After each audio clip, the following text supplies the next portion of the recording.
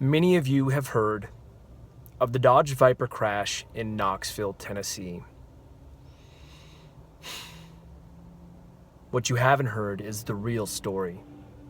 I'm traveling to Knoxville, Tennessee to bring you the truth behind the man, the car, and the tree.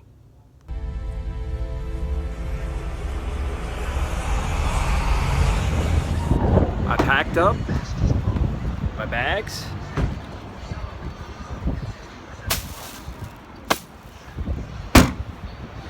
And I'm headed to Knoxville. You see, I had a hunch that there was much more to the story than anybody really knew about. Something just didn't add up. So I took to the road in search of some answers. And what I found out is not only shocking, but gave me a lot of insight into what really happened that day and years prior. You see, the story didn't just start on April 1st at Cars and Coffee. The story goes back 25 years. This is a story of a love for cars, a love for climbing trees, and an eventual revenge. In any story, you're hoping to find the light at the end of the tunnel. You're hoping that all this chaos really happens for a reason. Well, folks, this is that reason. Well, as it turns out, there's much more to the story than we ever could have realized. You see, to hide his identity, I will be referring to the driver as Johnny. And there's a little history between Johnny, the Dodge Viper, and the tree that eventually brought the Viper to its demise.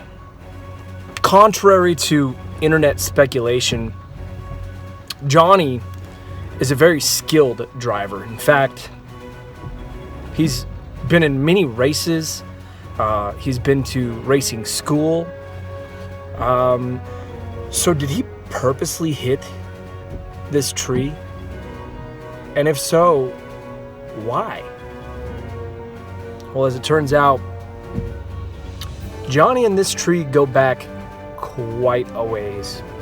So right now I'm just kind of looking for the crash site because I don't really know where it is, and I'm not from Knoxville.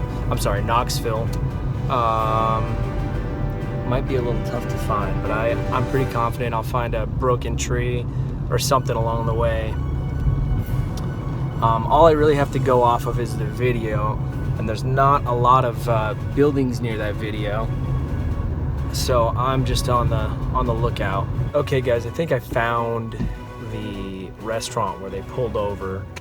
It's got green stripes with a red front. I'm gonna go out and talk to some people and see if I can find where the actual crash site was. Median or so who came in? I'll fill you. So who came in and what'd you hear about it? some random guy. So just a patron, like eating? Yeah, somebody come here to get food. And he told him what how do you do to He had a picture of it in his phone. Yeah. And so the car's totaled? It looked Completely totaled? It looked like the whole fender and stuff. And it's like right out here somewhere, right? Like the median? I don't know. Okay. It's just in his phone. Okay. I'm gonna look. Okay. Louis 007 on YouTube. So follow me, subscribe. What is Follow me, subscribe. Louis 007. Louis 007. Follow me on Snapchat, Kimazing, loyal to a fault. Oh, amazing. If you haven't seen the original video, go ahead and check out my channel. It's in there. As well, you can just do a YouTube search and see the original video from the guy who captured it. But this is where that picture was taken, kind of by where the car was parked. So I'm assuming that it's like right in here, one of these areas. So I'm gonna go find out. I think I'm getting pretty close to where the incident happened. I feel an aura. It's a grim one. It's a scary, just an eerie feeling here of a dead snake.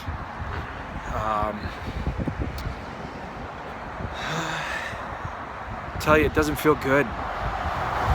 What you have to understand about Johnny is Johnny grew up out in the country. He lived on a tree farm. So his family, all he knew was planting trees, helping them grow, helping them nourish, playing in the orchards, climbing these trees. There was never a tree that Johnny couldn't climb. In fact, he liked to consider himself friends with these trees. And this is at a small age of 5. He was daring. He loved cars ever since he was a kid. He loved to play with toy cars. But he also loved to play in the tree orchards. This is where things took a turn for the worse. One morning, Johnny was woken up by his mother to have some breakfast. They had a little oatmeal, some bananas, and some milk that morning. It was a great day. In fact, the sun was out, the birds were chirping, and little Johnny couldn't help but feel excited to run outside, play with his Dodge Viper toy, which was his most treasured toy. He also had Corvettes and Ferraris and Mustangs and classic cars, but he loved them all. He played with them all. But his favorite of all his toy cars was the Dodge Viper. In fact, he didn't climb a tree without that Dodge Viper. There was a sense of, if he didn't have the Viper, something may go wrong if I climb this tree. Well, there's a tree that was a particular tree that I guess you could call little Johnny's arch enemy, arch nemesis, if you will. Now, this is a special kind of tree that really doesn't grow too large. I don't want to get technical with the names. But what happens on the farm is they grow this tree to the right size, and they live to be hundreds of years old. They may not be as big as an oak tree or as big as a pine tree, but they're resilient, and they're perfect for Johnny's farm. Not only that, they're perfect for little Johnny to climb. They're strong, they hold weight. This is why the farm raises them. It's great to grow them. They're hardy to transplant and be replanted somewhere else at development, much like this. All these little trees. So if you look closely, that building looks familiar, and the arches at this CarMax looks real familiar. So I'm pretty sure that the accident happened right about here. It's got these 3 trees that you can see from the video, that bush. So this is the direction that the car was coming from, and it looks like it hit right over about there. Sorry if the cinematography is confusing. I jumped over to the other side of the road. Well, something was wrong with the day. As soon as Johnny realized his Dodge Viper wasn't in his pocket, his toy Dodge Viper was not in his pocket. It was a long hike to climb this tree that he had picked out specifically because it was a tree he has not climbed yet. He's climbed lots of trees, but this particular tree was something that he really wanted to climb. So little Johnny made the 2-mile hike out to this specific tree. There was even a little ribbon tied around it so he could mark it and know that that's the tree he was going to climb. He had thought about it all night the night before. He had no clue what was in store for him. He was about halfway up this tree when it hit him. His Dodge Viper was no longer in his pocket. Never was. That morning, he had forgotten to take his toy car from the nightstand next to his bed, put it in his pocket, and go climb trees like he always did. But you know what? He was 2 miles out. He was halfway up the tree, and I'll be damned if little Johnny didn't say, I'm gonna climb this tree, and I'm gonna do it with strength. Well, as story has it, the tree wouldn't have it. It threw him out, almost as if a gust of wind had shaken the tree, and it knew that little Johnny's Dodge Viper toy car was not in his pocket. It bucked him off like a wild stallion, threw him to the ground. Injured him. I mean, he was hurt. Not as much physically hurt. He had a couple scratches and bruises, but emotionally, it scarred him for life.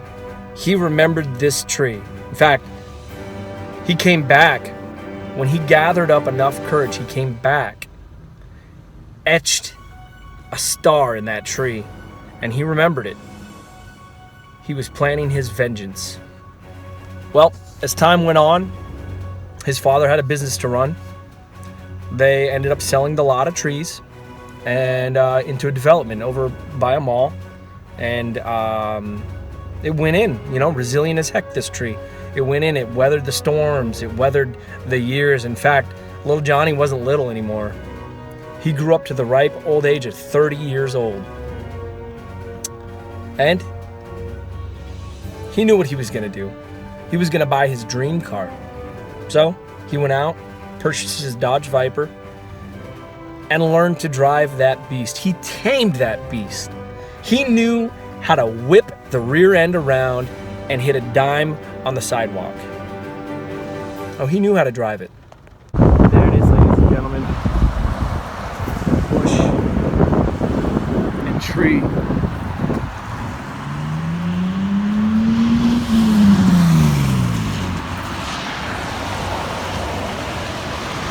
"25 years he'd planned to take this tree out." Well, on April 1st, little Johnny got his revenge. It's a bittersweet, because not only did he get the tree, but he lost a loved one, his Dodge Viper.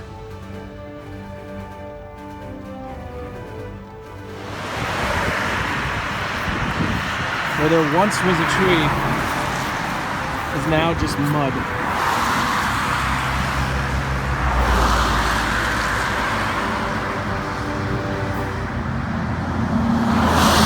Moment of silence for that car.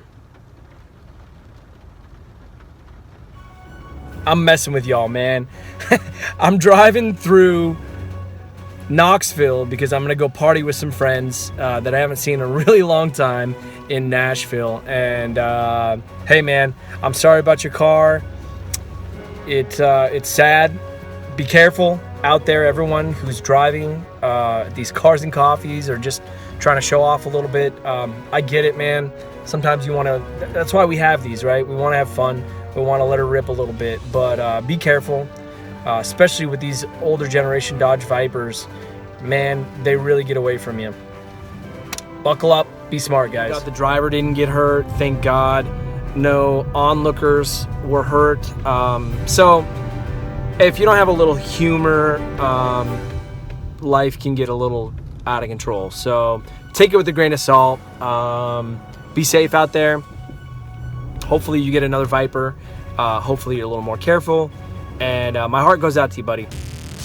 Oh, by the way, if you're new to the channel, I have purchased a 2017 Dodge Viper ACR Extreme. So that's going to be here around May 18th, I think they said was the estimated delivery date. So subscribe to my channel. Watch that journey happen. It's going to be pretty wild. All right. Peace.